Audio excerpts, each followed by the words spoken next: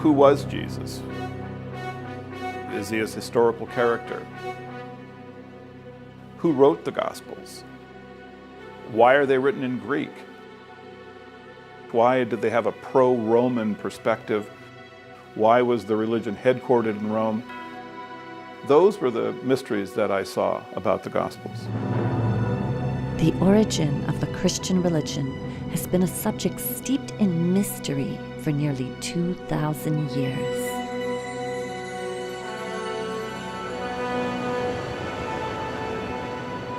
Joseph Atwill is one of a number of scholars today from all around the world who are questioning the historic facts behind these ancient mysteries.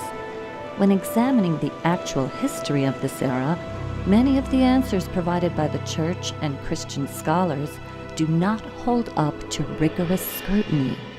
This is really important for our culture, to understand where Christianity came from.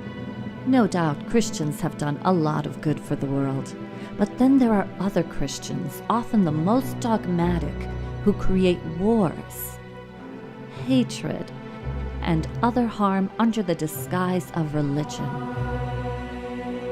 In studying how Christianity emerged, many of our scholars agree that it was used as a political tool to control the masses of the day, and it is still being used this way today. The problem is that Christianity has been used as a tool by government that uses the goodness in people against them. For example, support for the wars in the Middle East has been preached to evangelical Christians as a way to speed up the end of days. This is just one example of the way that propaganda is used to control and manipulate the populace. Actually, according to my study of the ancient texts, the second coming of the Christ has already occurred. Maybe we need to expand the possible answers about how Christianity originated, and deeper questions need to be asked. Maybe we need to examine what political motives were behind the formation of the Christian religion.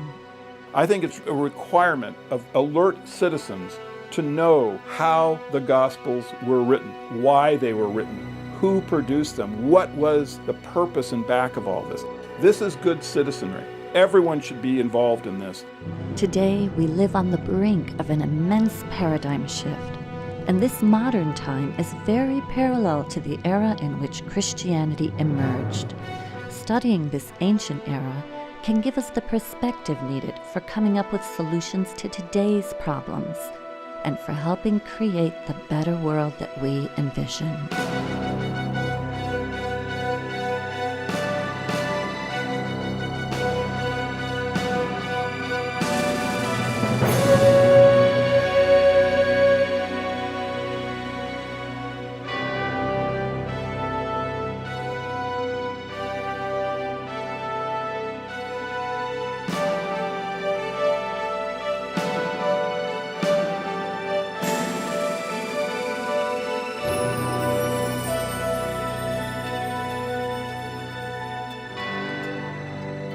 And the penny dropped that Jesus, as a human being, never existed. The presentation of the Jesus character, it's somewhat of a composite of many messianic leaders of the time. Well, let's just go back to the drawing board and we'll leave aside all of the assumptions of Christian history and let's just look at the text afresh and consider every possibility. Let's open the whole game up. Can you think that Christianity is really paganism by a different name? Now it feels completely obvious. Some of us are saying that this was a sun god turned into a Jewish man. In all of this, we're dealing with literature. We're not dealing with history. So the answer is no, there is no history to this character of Jesus. It's entirely a literary creation. Some of our Bible scholars are mavericks, working outside the restrictions of mainstream religious institutions. This allows them the freedom to provide fresh insights and draw some startling conclusions about how Christianity was formed.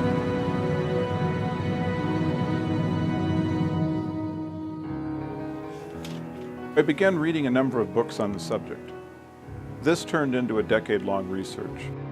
For Joseph Atwill, the key was in the Dead Sea Scrolls, the only Jewish literature ever discovered from the 1st century AD or CE, the time that Jesus would have been preaching among the Jews. The characters in the Dead Sea Scrolls were militaristic, and you could see that this movement wanted to push the foreigners out of Israel. They were fundamentalists, whereas the characters in the Gospel are different. They are pacifistic. They are turning the other cheek. They're giving to Caesar what is Caesar's. How did a movement like Christianity come to exist in a region that was occupied by Roman soldiers and had Jewish zealots within it that were going to push these Romans out? How was that possible? I began studying the other two major works of the era, the New Testament and Wars of the Jews by Josephus, a Roman court historian who described the war between the Romans and the Jews in the 1st century. While reading these works side by side, I noticed an amazing connection between them.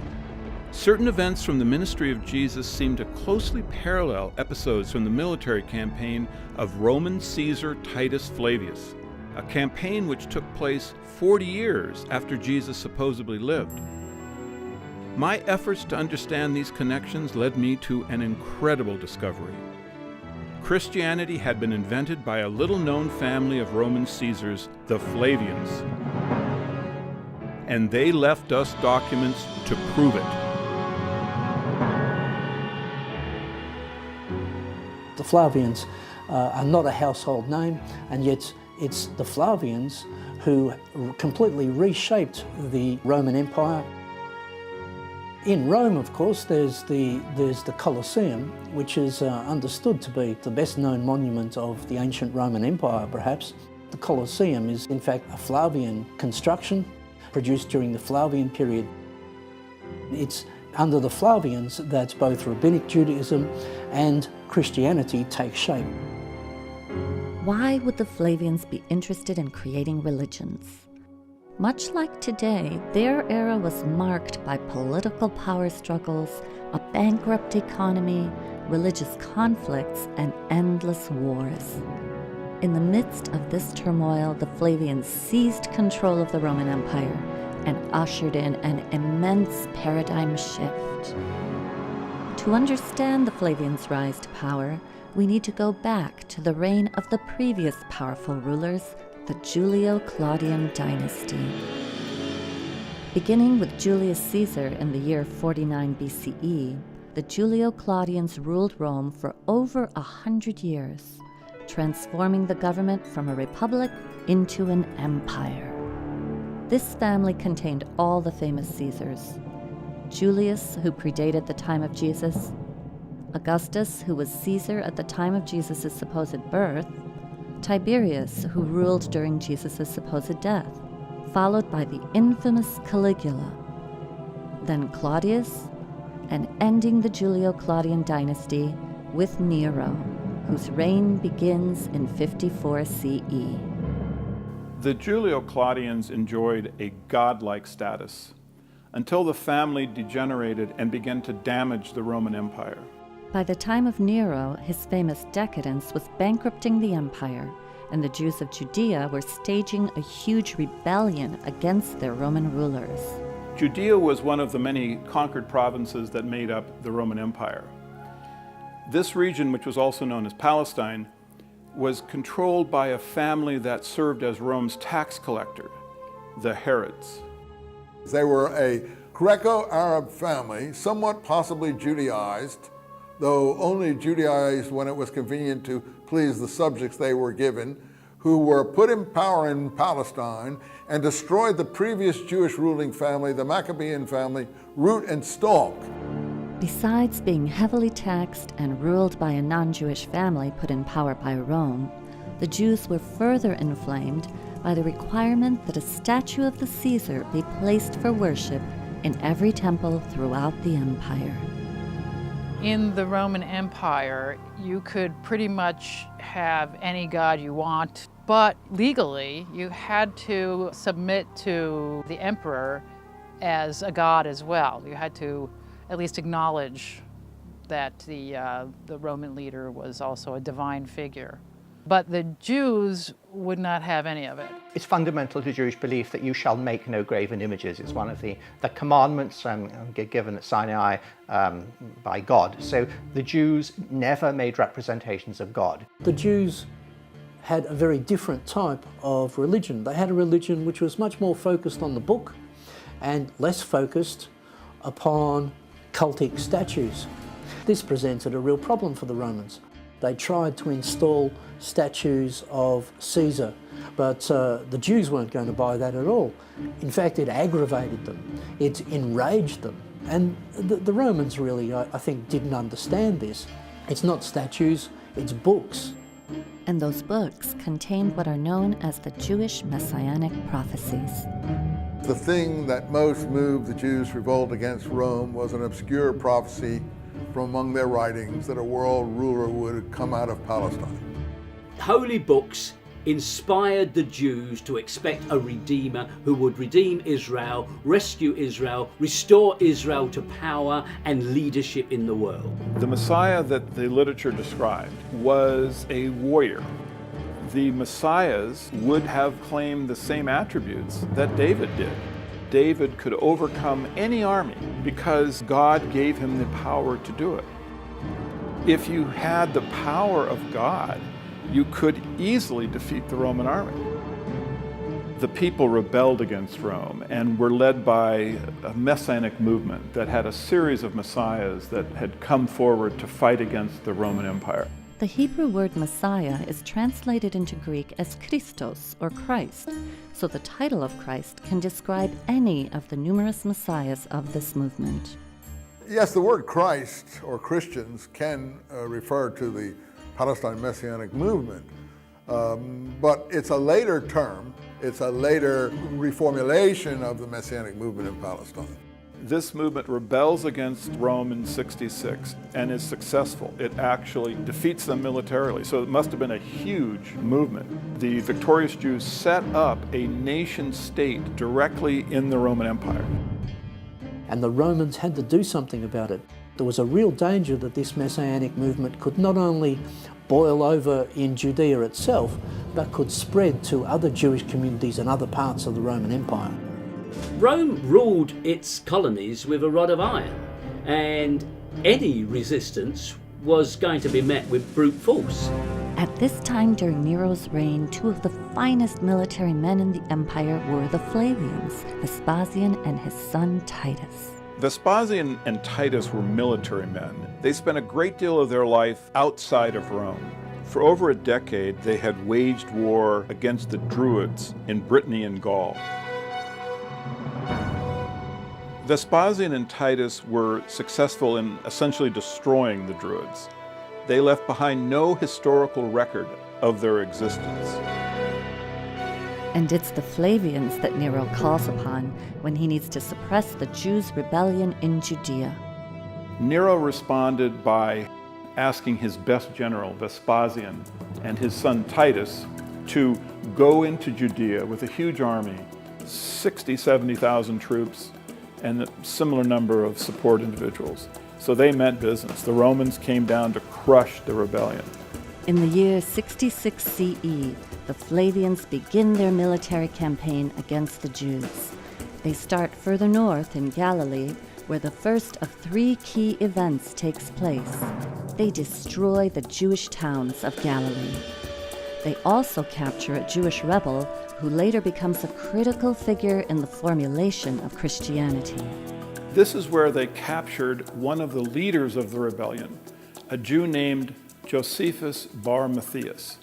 Now, Josephus presented himself to the Flavians as a prophet. He survived. He survived apparently by telling Vespasian that the prophecies of the Jews pointed out that Vespasian would become emperor. And of course he did, so Vespasian quite liked Josephus. He used him as a translator in his entourage. He used him to appeal to the rebels to surrender. At this point, Josephus became a turncoat, and worked with the Flavians against the rebellion. Meanwhile, chaos is increasing back in Rome, where Nero's rule is being threatened. In the year 68, the Senate found the courage to depose Nero and he committed suicide. Now, in that circumstance, Vespasian was a prime candidate to become emperor. In the middle of this war, Vespasian returned to Rome and seized the throne. The Flavians then became the imperial family. With Vespasian becoming the new Caesar in Rome, Titus stays behind on the battlefield and sets his sights on Jerusalem, where the other two key events take place. Titus encircles Jerusalem with a wall, and finally he razes the temple, leaving not one stone atop another. It took a while. They eventually had to bring on starvation by building a wall, a barricade entirely enveloping the city.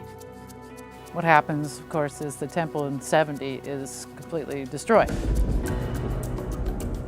For the Jews, it was the ultimate calamity because, of course, this was the house of their god and it was destroyed by the Romans quite thoroughly. Titus, of course, was the victor of this great siege. Titus carried the spoils of this captured city back to Rome for his triumph. He took the treasures of the temple, their famous 7-branch candlestick. You can see it on the Arch of Titus in Rome. It celebrates that tremendous victory of Rome again triumphant, and Titus, of course, is the hero of the day.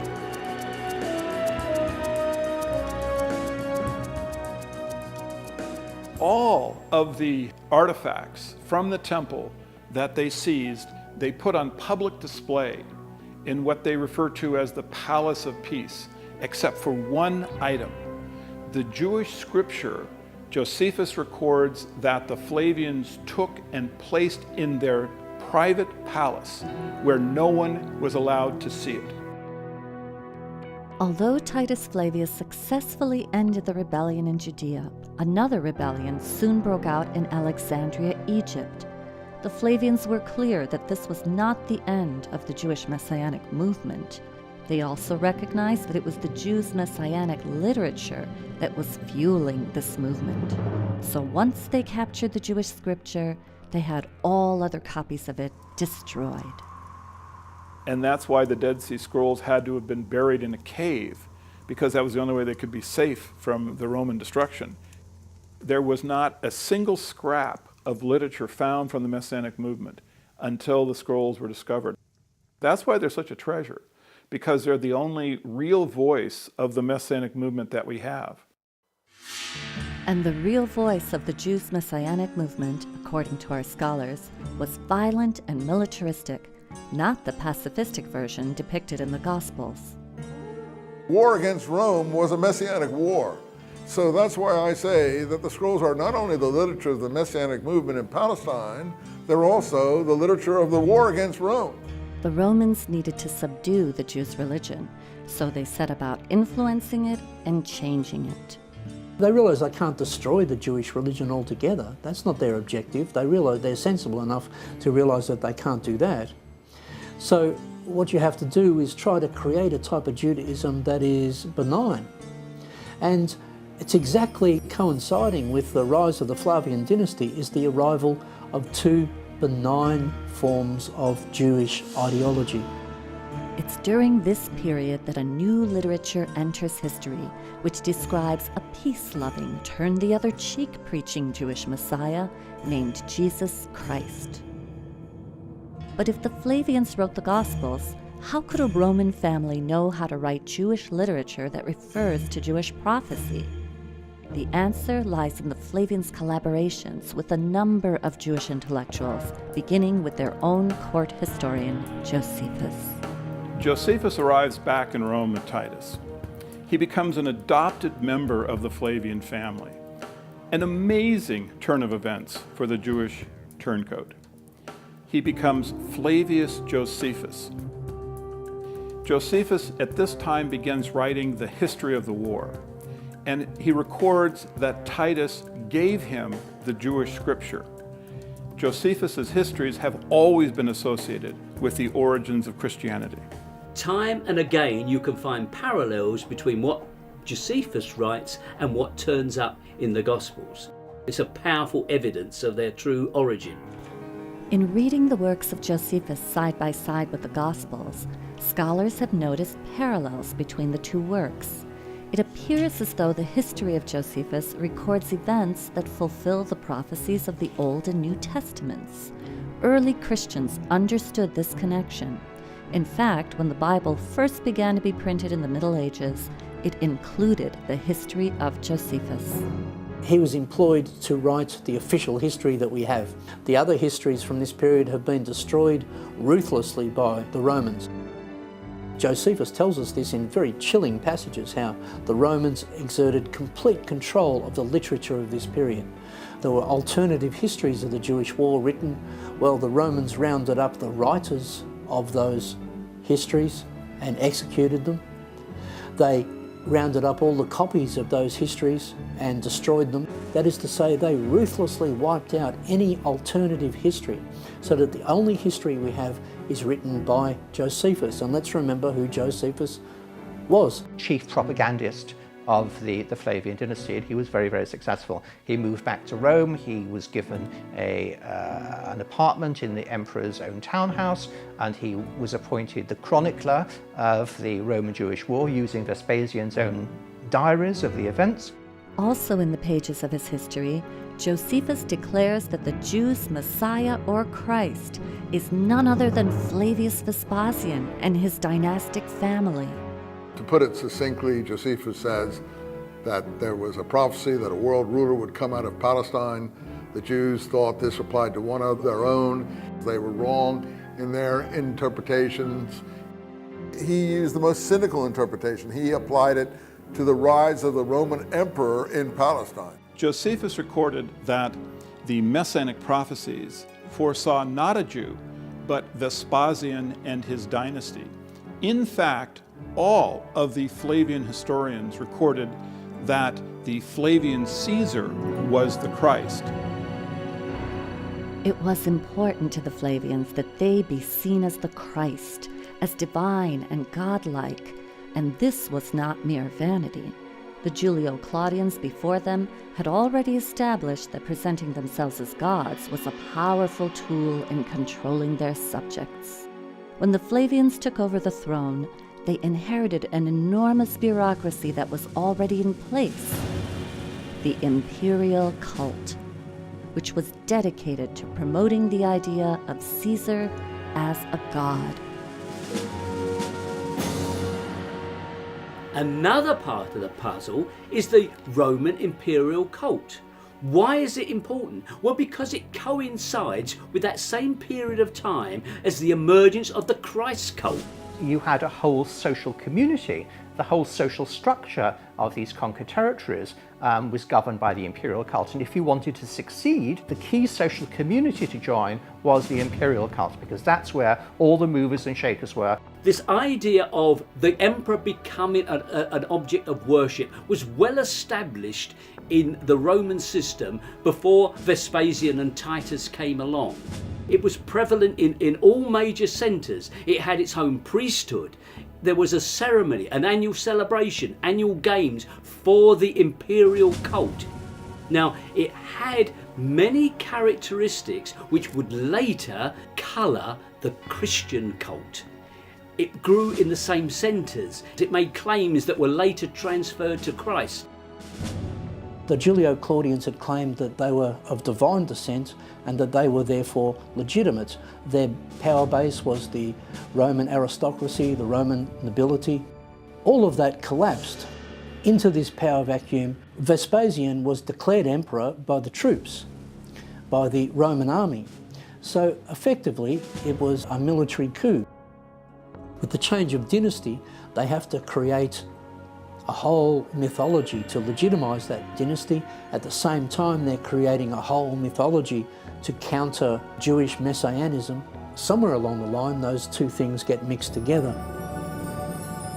When Vespasian died, Titus began the process of having his father deified.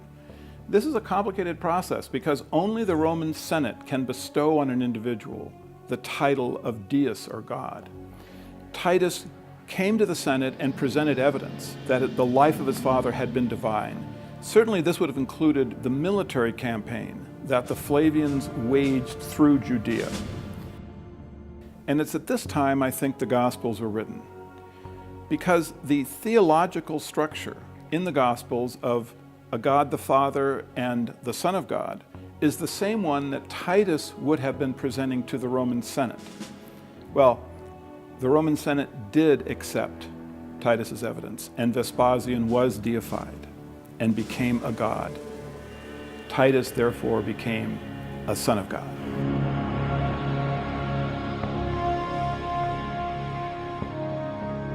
The Arch of Titus that still stands in modern Rome today is inscribed with a dedication to the divine Titus, son of the divine Vespasian, or son of a god. This imperial cult, set up to worship Caesar as God, also provided the basis for the structure of the Roman Catholic Church. Now, the rituals, paraphernalia and symbols of paganism were transferred wholesale to the Christian church. The most obvious and clear example is where the title of the pagan chief priest of Rome, the Pontifex Maximus, became the title of the Pope, the Christian Pope. If you look at who held the original bishop positions in the Catholic Church in those early times, you will see that they are members of the same pagan aristocracy. They simply changed their clothing a little bit. They wore the same garments, but they wore slightly different headdresses. They had become from being a priest of a pagan cult to being a priest of Rome. Where the Vatican now stands, there was once a pagan temple which celebrated the mysteries of a dying and resurrecting God-man who wasn't Jesus. There are many churches in Rome, I've been to a few, where you go above into the church and there is Jesus, and you go underneath and there's a little sanctuary of Mithras, and it's basically the same figure. So the Roman plot to invent Christianity is just so clever when you think about it. Through the Pope, who is God's representative on earth, they no longer needed expensive standing armies, wars and punishment of disobedient peasants. They could, through religion, rule their subjects.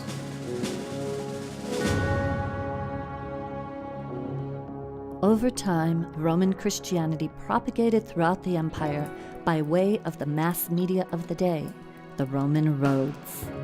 The Romans must have approved of this new religion because, as some scholars ask, if the Gospels really were Jewish literature about a Roman sentenced criminal, why wouldn't they have been destroyed? One of the really surprising things for me was to realize the extent of Roman control of propaganda and of literature. So that when you suddenly get all of this Christian literature arising in this period, one has to ask, well, how did that happen? The conclusion that one has to reach is that that could not have happened without some degree of complicity on the part of the Romans, so that one is led to the conclusion that the Romans must be involved in the production of this literature.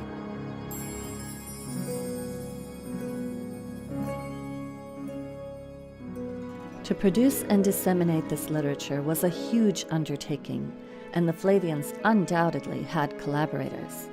We know they were funded by the wealthiest family in the world at this time, the Alexanders, a Jewish family who served as Rome's tax collectors in Egypt.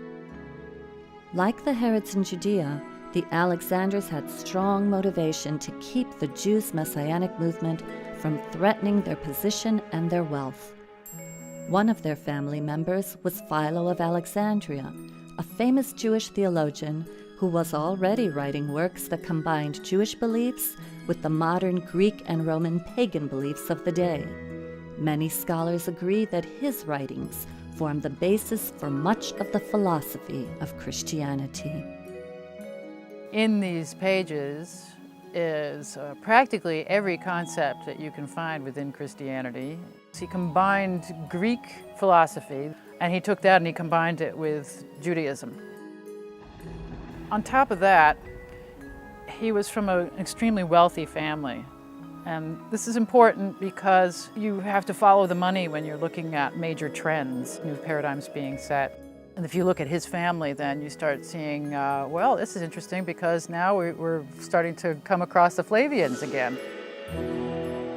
His relatives were very involved with the Flavians. That whole area is where we want to look very closely for the Christian origins. It's from exactly this same circle of people that you get the first signs of Christian ideology, and they all lead to the rise of the Flavian dynasty. Another wealthy, influential character, Princess Bernice, was from the Herod family in Judea. She's the granddaughter of Herod the Great, a product of the Herods' intermarriage with the conquered Jewish ruling Messianic lineage. Princess Bernice appears in the New Testament, which makes her an interesting character. She had 2 or 3 husbands and then became the mistress of Titus. So you can see this again, rather like dynasty here. You know, powerful people, mixed marriages, you know, shacking up with the conqueror. Yeah, and it's really where Turoabdul takes his idea of a conspiracy to write the New Testament. But let him say it in his own words. Bernice was a Herod related by marriage to the Alexanders, and of course later she became the mistress to Titus. The fact that she was so closely linked with the Flavians shows you that the 3 families were very unified in financial, romantic, and likely theological issues. By the looks of things, this coalescence seemed to have brought about a dynamic that led to the synthesis of Judaism and paganism and eventually became Christianity. So this is a very key time period. I believe that the Gospels were actually written under the control of the Herods, the Alexanders, and the Flavians. These families had the motivation to create Christianity, and with the expertise in Judaism that the Alexanders and the Herods had, they had the actual technical ability to come up with these stories that are fulfillment of Hebraic prophecies. So it seems the Flavians had the motivation, the means, and the collaborations through which they likely constructed and began disseminating Christianity. And if our scholars are correct, one of the documents they left behind are the Gospels themselves. I began working on the study of the Gospels in the 1970s, and I look at texts in terms of how were these composed, what does understanding their structure tell you about who wrote them and why they were written. These texts were not independent Jewish texts, but they were created as literary works using classical literary models. If we expect that this is the testimony of witnesses, we've got a major problem. We actually have 4 anonymous documents. They were not written by the named people on those documents. This is simply church tradition that the Gospels are so named according to Mark, according to Matthew. So this idea that the Gospels are reliable testimony is patent nonsense. Why are the Gospels called Gospels? That's a critical question. The word gospel in Greek is evangelion, and it means good news of military victory. Whose military victory are we celebrating here in these Gospels? Well, it seems to me that we are celebrating clearly the Roman military victory, because these events, the Battle of Gadara, the Battle of the Lake of Galilee, the successful Battle of Jerusalem, these are battles that the Romans won. Why are the Gospels celebrating battles that the Jews lost if these things were written by the Jews? The fact that the Gospels are known to us in Greek and not in Aramaic or Hebrew is, I think, just evidence of their authorship. They were not written by any followers of Jesus who would have surely spoken Aramaic, and if they had been fishermen and simple folk, they would not have had the literal skills to write them anyway. If we look closely, there actually are clues in the Gospels that point to who the true authors were. A lot of the Christian literature advocates turning away from the Jewish law and obeying Roman law. Well, this fits perfectly into Roman propaganda purposes. And then you have, in general, the portrayal of Jesus as the peaceful Jew who is wandering around in what is depicted as a sort of pastoral scenes, talking to fishermen and farmers and so forth, when in fact, this is a war zone. Judea is a war zone. And you ask yourself, well, why is it not portrayed as a war zone? I mean, they really had it down pat. They have Jesus saying, render unto Caesar what is Caesar's, which is basically in response to talking about money. Whose benefit would that be? It's so blatantly obvious. The perception of Roman characters in the Gospels, they're all interpreted in a favourable light. They are pro-Roman. They do not depict the Romans as the forces of evil. They reverse that. It's the Jews who become the forces of darkness. It's very striking that various passages in the Gospels refer to the Jews as some people separate from the heroes of Jesus and his disciples. The Jews are those who object. The Jews are those who try to thwart the divine plan. Now, that gives us a clue, certainly, to who were the true authors of this book. They are works of literature created by people who are trained in Jewish literature, but whose values are pro-Roman. The Romans wanted to promote anti-Semitism, and so they arranged the story of the beloved man God, Jesus Christ, to appear as if the Jews had brought about his death. Because of this, the Jews would have to suffer anti-Semitism throughout history. So this was a piece of work that could not have been done except by a fairly established literary team, such as the literary team that was in Rome actually writing the books of Josephus. I mean, that was written by a literary team, and it was written as one of the attempts to give prominence to the Flavian Caesars, which the Gospels also do. So it is extremely likely that the Gospels, as a form of epic, designed to magnify allegorically the Roman Caesars, is also written at the court of the Flavian emperors. But the Jesus story takes place many decades before the Flavians came to power. Why would the Flavians create a work about a Jewish Messiah that wasn't even from their own era? The Gospels were very precisely backdated 40 years. Jesus' ministry was started in 30 CE, exactly 40 years from the destruction of the temple.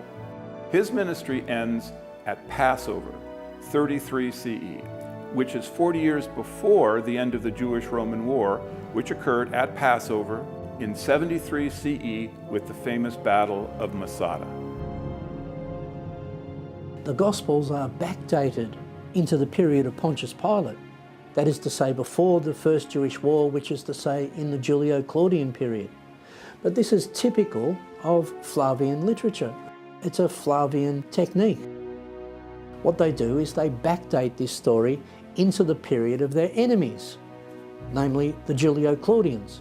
And so, generation after generation of Christian scholar and even secular historians go hunting in the Julio-Claudian period for the origins of the Gospels. They don't really find any answers there. There are allusions in the Gospels to the destruction of the temple. The most reasonable answer to that is that these texts were written after the destruction of the temple. That is to say, in the Flavian period, after the change of dynasty. This backdating of the story of Jesus Christ, 40 years earlier from the time the Gospels may actually have been written, explains why many of the prophecies of Jesus came true within exactly 40 years. What does this all add up to? In my view, the thing that is most significant is the research by Joseph Atwill in his book Caesar's Messiah, which suggests that the Gospels were actually created as works of Roman propaganda at the end of the Roman-Jewish War under the reign of the Flavian emperors, that is Titus Caesar and Vespasian Caesar. And if you end up worshipping Jesus, what you will really end up doing is worshipping Caesar in disguise. This may have been how the Flavians finally got the Jews to worship Caesar as a god, by giving them Jesus Christ, a Messiah more to the Romans' liking. But is there any actual history to this character? Where did he really come from? The mystery to me begins with his very name. In Greek, Jesus means Savior and Christ means the Messiah. This didn't strike me as something you would call a young child. These two words are already important within Judaism before Jesus Christ supposedly existed. Major biblical figures to a Jewish Greek-speaking populace would already be called Christ. Their ears would already be acclimated to accepting this title. So it isn't just a unique name of a single person that just suddenly popped up. What did we actually know about Jesus Christ the man? I don't think that Jesus can be historically defended. I don't think there's any evidence that we can extend to that particular Jesus. So when you actually set out to investigate the historical Jesus as opposed to the Christ of faith, you very abruptly enter a void. You find that whereas you might imagine the core details of Jesus are readily known and accessible, you actually discover there's no such thing. Further, there had never been any archaeologic evidence of Jesus Christ that had ever been discovered. You cannot find an established and incontrovertible biography of Jesus at all. It doesn't exist. You enter a strange twilight zone of early Christian belief.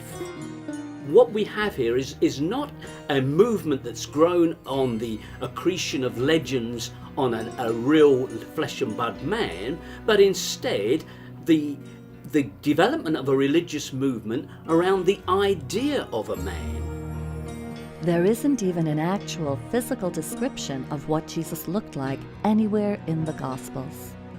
The presentation of the Jesus character, it's somewhat of a composite of many messianic leaders of the time. Many messianic leaders of the time, most or all of whom came to a bad end, usually by crucifixion, because crucifixion was the Roman punishment for seditious activity. And the penny dropped that Jesus, as a human being, never existed.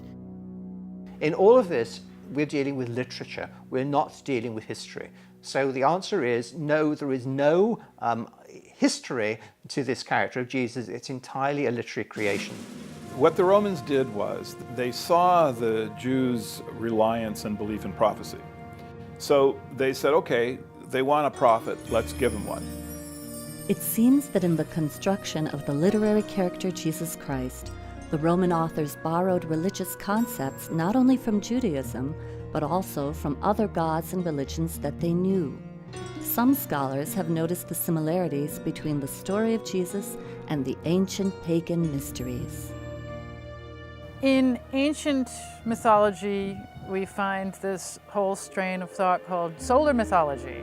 Many gods start taking on solar attributes because as agricultural communities become more important, the sun becomes a big focus. The most obvious reasons of planting and harvesting.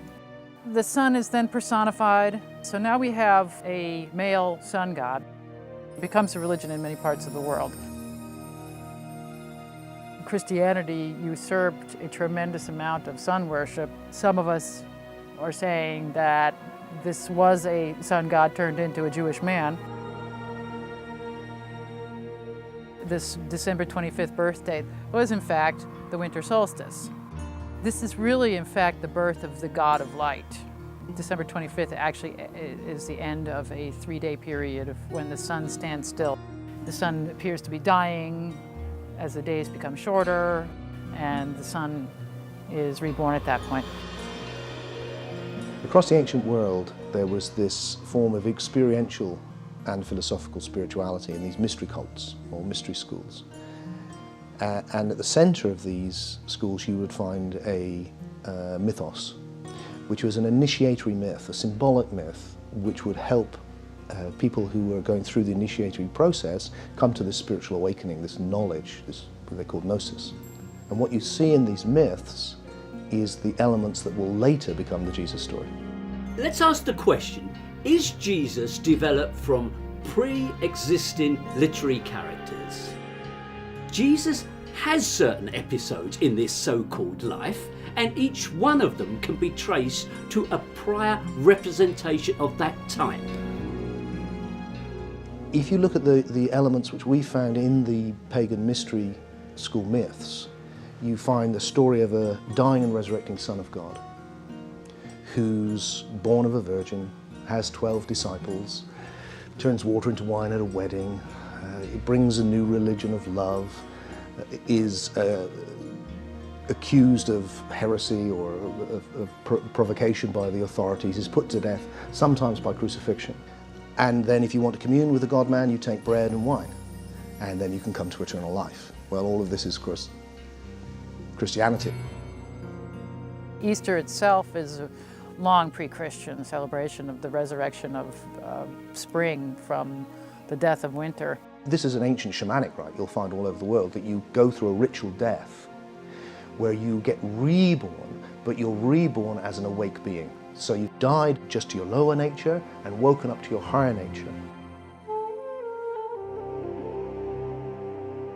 You can find them in the Old Testament, in the Jewish mythology as well. It isn't just pagan parallels. I mean, the New Testament, for example, the Ascension. We have an ascension with the Old Testament figure of Elijah, and it's a very dramatic ascension. Elisha-Elijah cycle. These are two Jewish prophets, one followed on from the other, which have many of the story elements found in Jesus. For example, there is a multiplication of food miracle, there is a raising of the dead miracle, there is a water miracle, there is ultimately an ascension to heaven miracle. Is this fulfillment, or is this simply copying of a useful theme? You can see where they just used Old Testament characters and scriptures as a blueprint to create this new one. A lot of the ethics of Christianity actually were around before Christianity. Do unto others as you would have them do unto you is in fact from the Old Testament. Jesus didn't make that up. Many of the other aspects of Christian ethics, many things which we might like to applaud as very good aspects of Christian ethics, can be found in the Stoic philosophy in Rome, which, by the way, was exactly the philosophical and ethical school promoted by the Flavians.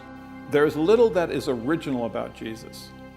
If one separates from his words advice that was in the interest of the Roman imperial family, all that you have left are snippets of widely known philosophies, truisms, and concepts that came directly from prior Hebraic literature. The reason I am now convinced there's no historical Jesus, which seems a real, like, whoa, to people who are not familiar with the idea, is a combination of things. First of all, there's no evidence for an historical man which stands up to proper scrutiny. Secondly, is the story of Jesus is full of these motifs which come from the pagan mysteries. And the third reason is because in the early Christian movement, there's these two types of Christians, certainly by the 2nd century, which I think of as Gnostics and literalists. What marks out the literalists, who will become the Roman Empire and the Roman Catholic Church, is that they've got an historical man. What marks out the Gnostics is that they see it allegorically, and their great heresy is that Christ didn't come in the flesh. Now, the winners write history, and the history books have been written by the literalists. And all of the tradition about the Romans trying to torture and suppress Christians, these traditions are correct. They definitely persecuted the messianic, militaristic Christians, and they certainly would have frowned on the Gnostic, independent thinking Christians, but the Roman pacifistic, giving to Caesar what is Caesar Christians, that group would have been promoted. Which makes it perfect for the Roman Empire. And it's a fascist empire. It's got a very simple message: just believe this, you don't have to transform, and you have to go through the authorities, through the bishops, through the state, ultimately. It's the perfect thing for them to pick up, and that's what they do. Our scholars agree that the Gospels are complex literary creations, drawing from both pagan and Jewish myths. But Joseph Atwill goes a step further to say that the Flavians wrote passages directly into the Gospels which show that they were the authors.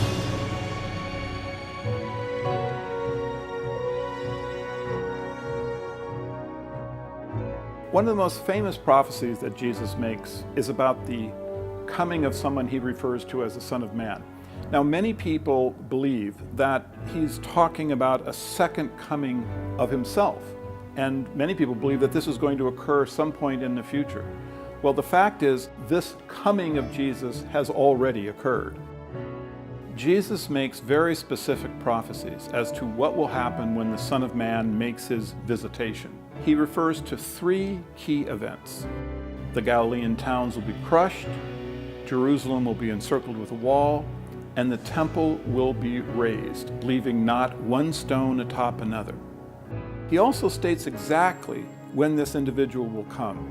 He says that the Son of Man will appear before the generation that is alive and listening to Jesus' words passes away. Now, to Jews of this era, a generation is 40 years. And so the only individual that could possibly be the Son of Man that Jesus predicts is Titus Flavius. Titus Flavius did destroy the Galilean towns. He did encircle Jerusalem with a wall, and he razed the temple and left not one stone atop another. And he did this within 40 years. Josephus recorded that no matter how Titus tortured the Jews, they refused to call him Lord or God. So to circumvent this stubbornness, the Flavians wrote the Gospels, in which a Son of Man was predicted to come in the future. Titus fulfilled these prophecies and became the Son of Man. So you end up worshiping Titus without knowing it.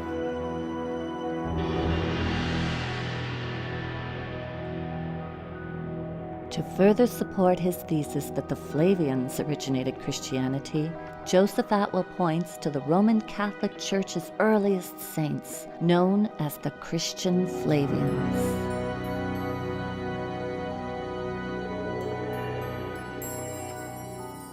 The Flavian family is connected to early Christianity in a number of unusual ways. So many members of the family were recorded as having been among the first Roman Catholic saints. These include Flavia Domitilla, who is either Titus's sister or his niece, and there is an inscription honoring Flavia for donating the land that became the first Christian catacomb. And Flavia Domitilla was the first Christian saint.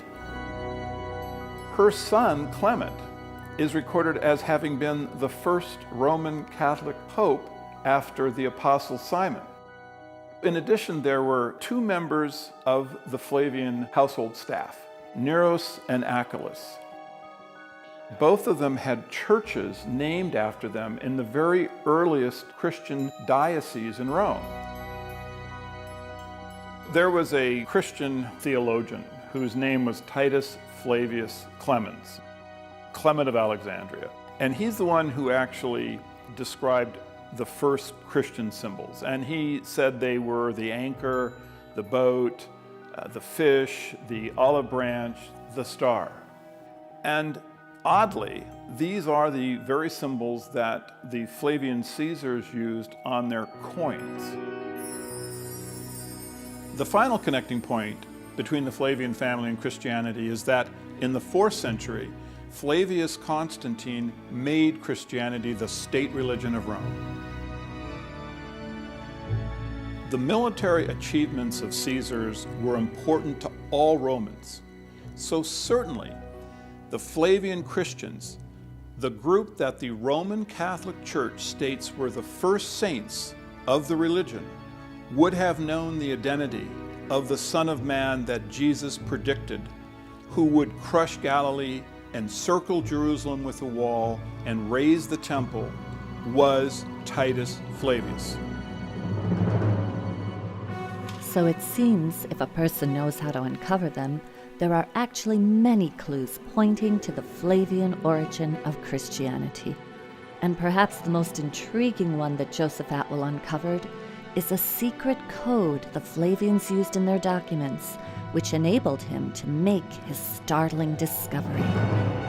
So the Romans had the Jews' scripture locked up inside their imperial court, and they studied it. And what they discovered was that there was a unique literary code hidden in the text. This hidden code, which was common in Jewish scripture, was used by the Flavian literary team to place passages into the Gospels that had to be deciphered to be understood. This hidden literary technique is known as typology.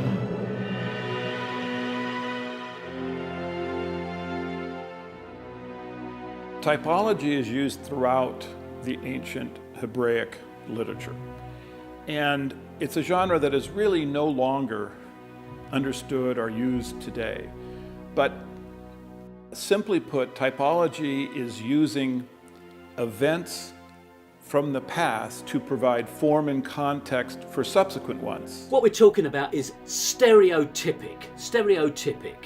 In other words, there's an idealized prototype which shows certain characteristics or performs in certain ways. For instance, one of the things they do is they take an old story and they retell it in a new form. And they superimpose contemporary history upon old stories. And they create these multi-layered texts. In Hebraic typology, texts were designed to be read in comparison to one another, or intertextually. And in doing so, a meaning that would not be visible in the surface narration would become apparent to someone who understood the typologic connection between the stories. Hebraic typology connects prophets. Events from the life of one prophet are placed into the life of a subsequent prophet. And this shows that there is a divine pattern established by God connecting his prophets to one another. The Gospels actually show how we can decipher for ourselves this hidden code or typology that was used to create the Jesus story.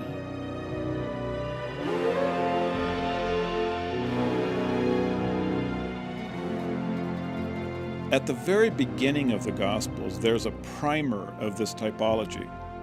What the author of Matthew has done is take events from the Old Testament and place them into the life of Jesus. These events occur in the same sequence in the story of Jesus as they occur in the Old Testament. Numerous Bible scholars had already identified the following parallels.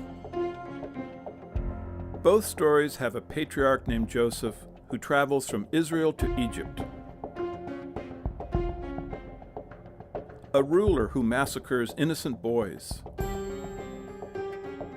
a divine character who states that all the men are dead who sought your life,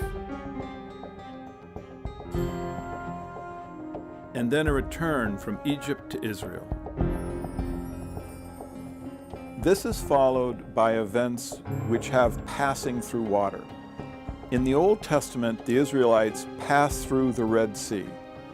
In Matthew, Jesus is given a baptism in which he passes through water. We then travel into the wilderness. The Israelites are in the wilderness for 40 years. Jesus goes into the wilderness for 40 days. Finally, we have the three temptations. In the Old Testament, we have the temptation by bread, the statement, "Do not tempt God," and the commandment to worship only God.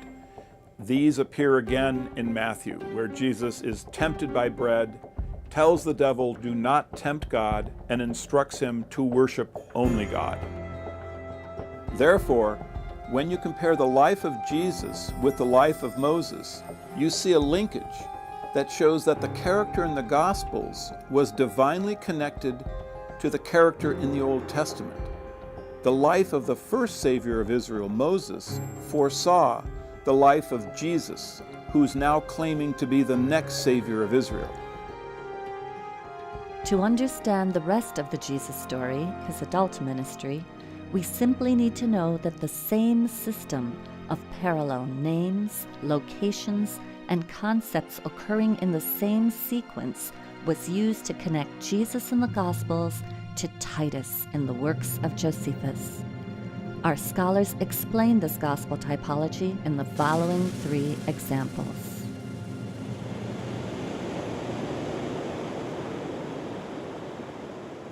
Jesus comes to the Sea of Galilee at the beginning of his ministry.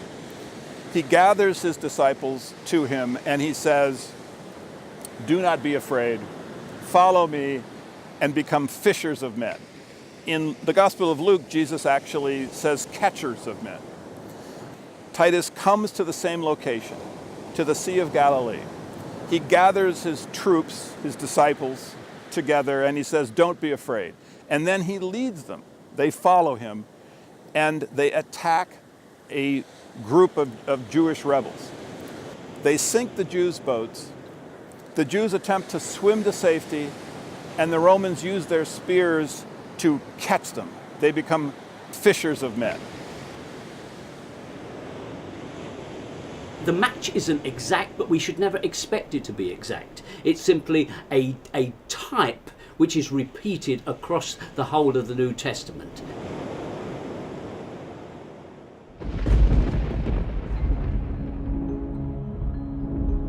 Jesus is constantly dealing with devils. Josephus also deals with devils, but Josephus defines who these devils are. He states that the devils are those individuals who have a rebellious spirit and rebel against Rome. At Gadara, Jesus encounters one man who has a legion of demons inside his mind. They then are driven out by Jesus. They infect a herd of swine, and then this herd rushes wildly into the water. This is a parallel to Titus's battle at Gadara, where one individual infects an entire legion of Jews with his demonic spirit, and then that group in turn infects another group, and this combined group is driven by the Romans into the sea. What's being suggested here is that this story that you find in the Gospels is in some ways sort of like a grim parable about that military event. It's sort of like a bit tongue-in-cheek, I think. The Romans had a vicious sense of humour like this, a very black sense of humour. In a medieval text that I've studied, which is called the Gospel of Barnabas, when you read that story, the way it's presented is in an unsophisticated form, that is to say it's sort of been decoded in some ways, and it becomes clear that what we're talking about here are the Jewish rebels are chased into the sea and they drown in the sea. In the Gospels, these are presented as pigs. This is once again a very dark, black sort of Roman sense of humour. Some of this literature really needs to be understood like that.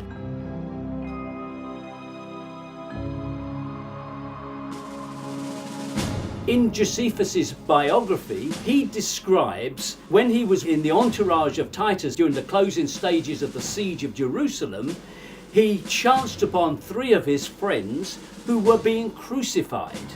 And he pleaded with Titus for their release. And Titus gave that permission, and the 3 figures were removed from the cross. 2 of them died, and 1 revived. Now, if you're looking for a stereotypic example of how some idea was floated into the mind of someone writing the Gospels, that is a pretty clear example. It's certainly a strange occurrence that we find such an incident in the works of Josephus when it shows up in such a dramatic form in the Gospels. In the Gospels, Joseph of Arimathea asked the Roman commander to take Jesus down from the cross. In Josephus's history, Joseph Bar Matthias asked the Roman commander to take someone down from the cross.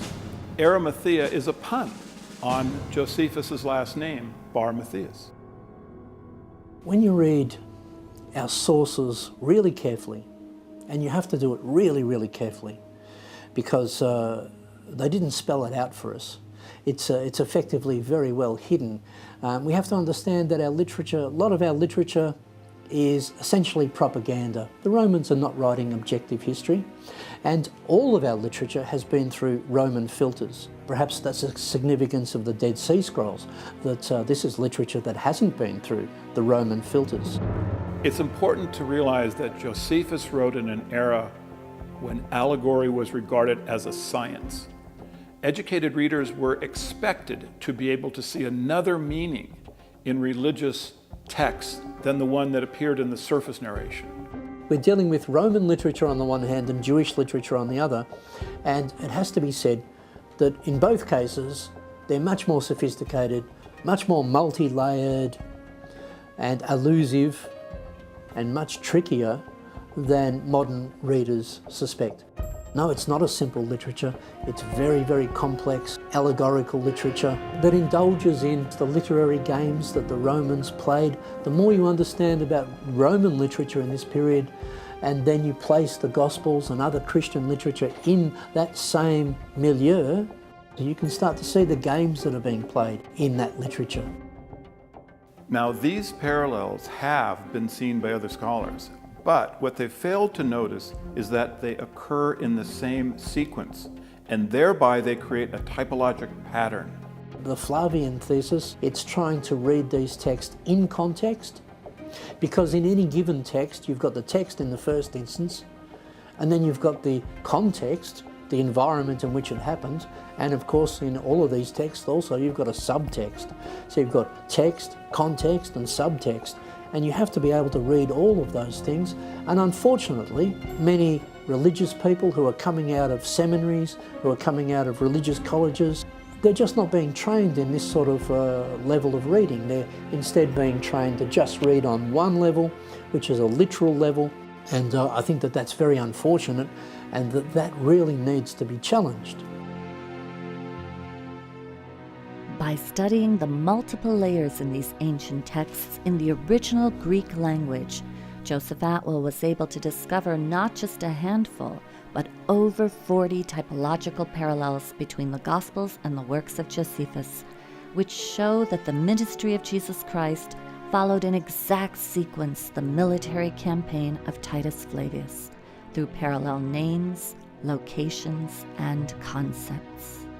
Once I understood the system that the Flavians were using to link Jesus and Titus, I was able to discover dozens of these parallels between Jesus and Titus. And what was amazing is that they occurred in the same sequence. And this simply proves that this was deliberate, that these unusual parallels had been created by the Flavians as a signature.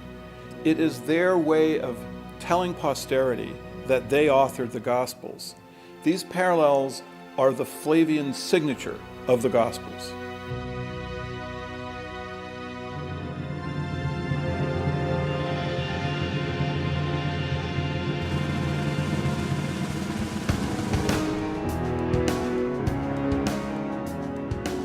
Both Jesus and Titus began their campaigns at the Sea of Galilee and then go into the Galilean countryside, followed by a journey to Jerusalem.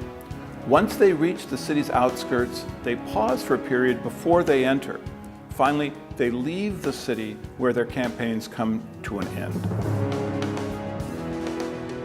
To catalog the many parallels, I gave each one a convenient name that related to the concept in that particular parallel set. Starting at Galilee, each of these are episodes that occurred both in the gospel story of Jesus and in the history of Titus's military campaign.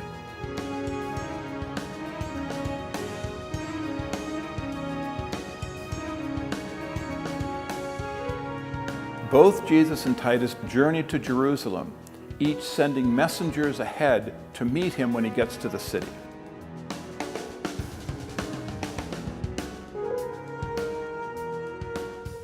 When the Romans get to Jerusalem, they notice that the Jewish factions are fighting against themselves.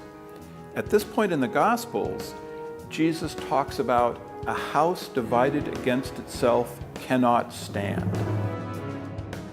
Then Josephus wrote that in preparation for battle, Titus ordered all of the fruit trees between the Roman camp and the walls of Jerusalem cut down. At this point in the Gospels, Jesus states that if a fruit tree does not bear good fruit, cut it down. Titus goes around the walls of Jerusalem looking for the best place to construct a tower from which they can launch their attack. At this point in the Gospels, Jesus asks, which one of you who is going to build a tower doesn't first sit down and think about the cost? At this point in the history, Titus sends Josephus to ask the Jews what terms they will accept for peace.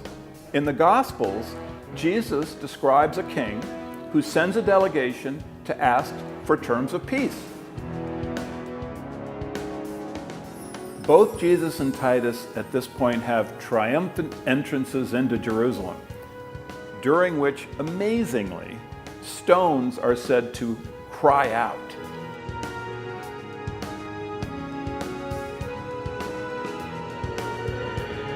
Each then drives a den of thieves out from the area in front of the temple. This is followed by Titus encircling Jerusalem with a wall and Jesus predicting that Jerusalem will be encircled with a wall. Because of the wall, starvation sets in Jerusalem. Josephus wrote that a woman named Mary, who called her son a myth for the world, slayed him, ate him, thereby turning him into a human Passover lamb. In the Gospels, we now have the Last Supper. Jesus tells his disciples, "Take, eat, this is my body, this is my blood," thereby turning him into a human Passover lamb. Here then is the Flavian signature of their authorship of the Gospels.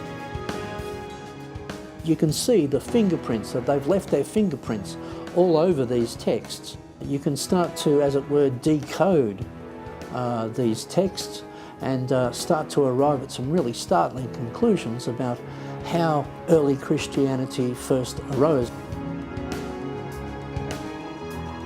Our scholars have shown that the Gospels were not the product of primitive Jewish fishermen.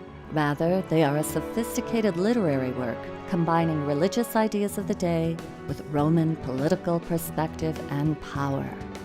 Joseph Atwell's research reveals that reading the works of Josephus concurrently with the New Testament shows that the events of Jesus' life were not historical, but rather all of them are dependent on the events in the military campaign of Titus Flavius. Jesus Christ was an allegory for the Roman Caesar Titus, the Messiah of the Roman Empire, the Roman son of a god that Christianity was set up to worship.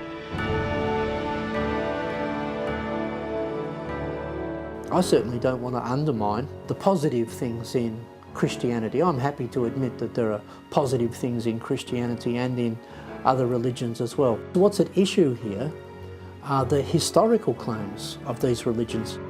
Traditionally, religious dogma has forbidden the examination of historical discoveries or the inclusion of certain scientific findings in their teachings, asking their followers instead to blindly believe as they say, not as the objective facts may show.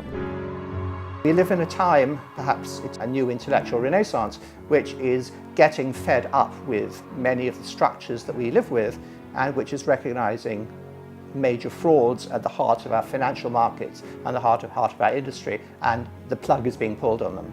And my view is that we have yet another fraud, the biggest of them all, and it's a fraud at the heart of Christianity. And it is a time for whistleblowers to come out and to make this information available not just to scholars in academic journals, but to have it widely available to anybody who wants to know. It's helpful to hear a wide diversity of voices in order for people to arrive at their own conclusions, and the theories brought forth by our scholars are a part of that diversity. When they hear that the Jesus story is a myth, people feel that you're taking something away, but you're really not.